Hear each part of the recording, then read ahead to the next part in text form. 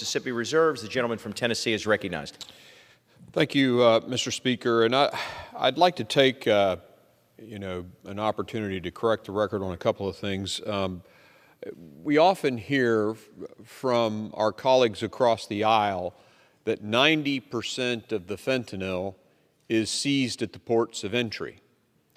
Well, if you make the statement that 90% of the fentanyl that is seized at the ports of entry, well, that's correct.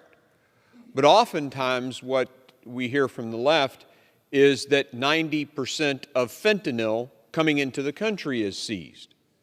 We know for a fact that that math is absolutely wrong. If you put the amount seized at the ports of entry as the numerator, and the total amount seized as the denominator, yes, that's 90% of what's seized. And on the denominator would be 90% plus 10%, right? But what's missing in that denominator is all of the fentanyl that gets into our country that we have no idea is seized. So you can't technically say we're seizing 90% of the fentanyl that's coming into the country.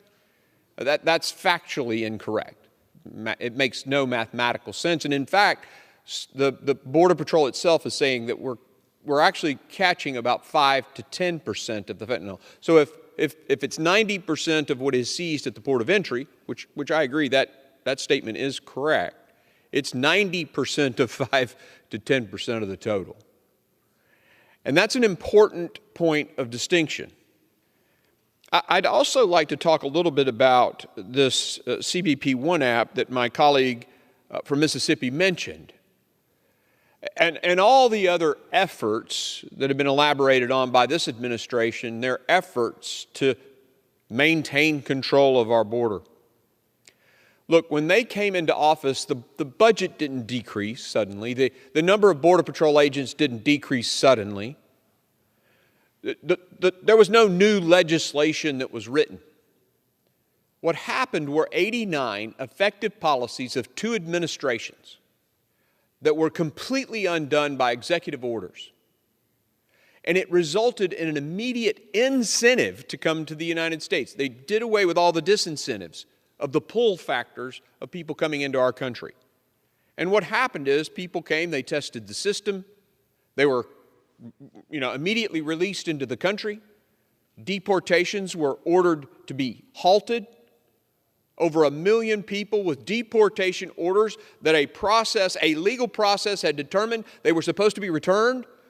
Well, we're just not going to deport them. So the phone calls went home, and people poured across our southern border. And this incentive then was seized on by the drug cartels. They saw a huge opportunity, and so they flooded the crossing sites with people paid, interestingly enough, paying coyotes to bring them there. When I was down on the southern border, and that's sort of at the strategic level, right? They neutralize the Border Patrol at the crossing site, and then the fentanyl and other things come around between the ports of entry. That's the fentanyl we're not seizing. By the way, that's the fentanyl that has resulted in the street price of fentanyl in Tennessee going from $95 in January of 2021 to $28 just recently, according to the sheriffs of Tennessee. That supply-demand means more fentanyl is pouring into this country. So talk about 90% of it being seized. That is a false statement. And talk about the policies that supposedly are attempting to gain, are getting border control. That is incorrect. The incentives have allowed and empowered the drug cartels to take advantage, neutralizing the Border Patrol at the crossing sites. Back to the tactical level, on one of my visits in Arizona, we actually saw a scout from the cartels.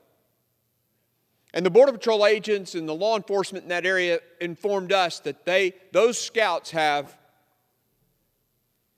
military-grade encrypted radios.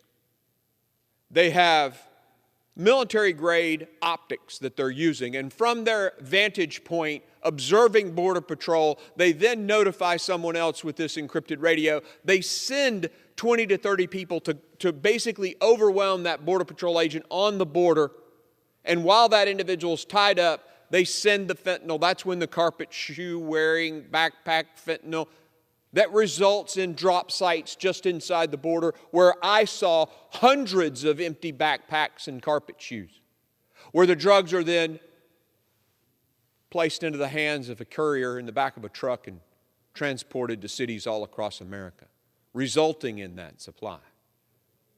Make no mistake about it, the actions of this administration to remove those policies have resulted in this crisis.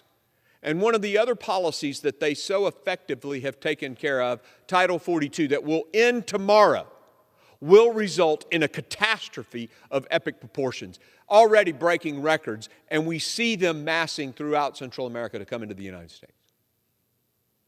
Now, you can have good intentions of wanting to help every person on the planet. That's great. But by making that something that taxpayers have to do, you're basically determining what someone else should be doing with their charity. And maybe somebody in Tennessee, our taxpayers, they want to do something for Gold Star families. Maybe they want to give to a different charity. Maybe they want to give to one of the NGOs that want to do something. But they should be the ones getting to decide, not the federal government telling them how their charity should be given.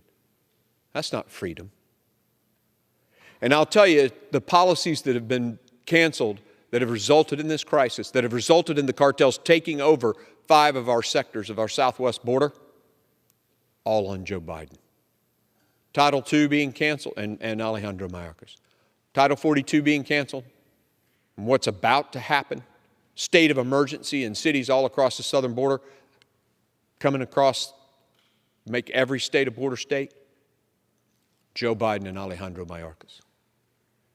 So I think it's really important we correct the record on some of this stuff.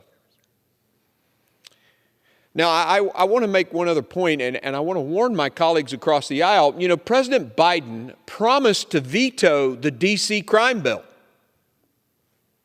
Remember that? He said, oh, we're going to veto that bill. And the Senate said, we're not going to vote for that. And you know what our Democrat colleagues did here in the House? They all voted no. And then the furor happened in America. And the president realized, boy, that'd be a big mistake. And the Senate said, oh my gosh, we're not going to do that either. And so the Senate voted for the D.C. crime bill. Now, the Democrat colleagues here in the House are going to have to go back and explain why they voted no when their party on the other side of the aisle voted yes, and their president changed his mind and signed that bill into law. And you watch the next couple of days as the border gets worse and worse, and that Americans become more and more and more aware. We're going to pass this bill. You can vote no on it. But as those senators get more and more aware of this crisis, and that president has to look at what's happening to El Paso and Brownsville, he just might change his mind again. And guess who's going to be left holding the bag?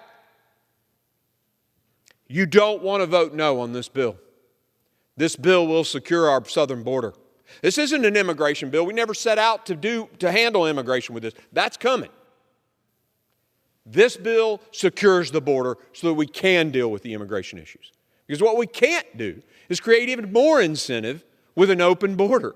That just does what Mr. Mayorkas and Mr. Biden have done, create more incentive that brings more and more people in and overwhelms our social services, overwhelms our schools and hospitals.